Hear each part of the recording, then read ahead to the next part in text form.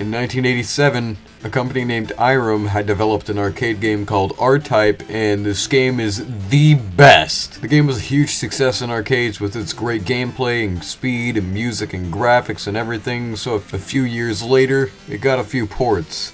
Mostly on European computers, but some were also released to the consoles that came in North America. The Master System version, which we'll be looking at, is a surprisingly damn fine port. First of all, you may notice how little HUD there is here. I don't know why they removed it, and it isn't really needed, being on an 8-bit system. The colors have also gotten toned down, as well as this game has some bad slowdown, and some spray flickering that can make the game rather hard to play for some. But, for an 8-bit system, this is still incredibly good. Speaking of good gameplay, the gameplay in this version is also just as good as the arcade original. Slowdown aside, feels smooth and great.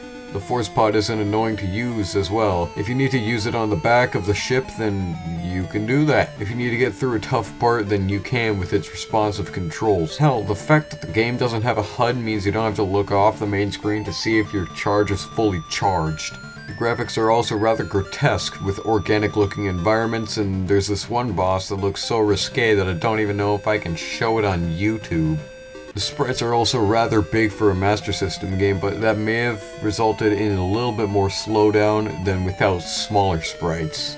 The gameplay is satisfying. When you get past a tight crack, when you somehow do this like I did, it gives you so much satisfaction that other games can't give you.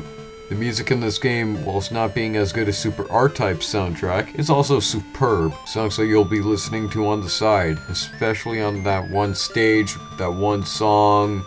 You know, yeah, that song's good. The bosses in this game are also really neat, where one is 3 bosses that can form into one, another is an alien-inspired creature, and the other one is one that I can't show on YouTube. There's also this one ship that's an entire level that manages to be a boss at the same time. There's 9 stages, including a secret stage, with all varying themes.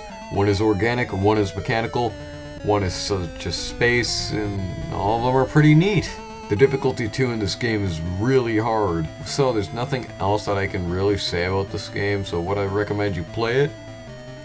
Hell yeah! The game is incredible and I highly recommend it. Yeah, sure, it's not as good as the original arcade version or the TurboGrafx versions, but it's still a viable port that I can see anyone playing.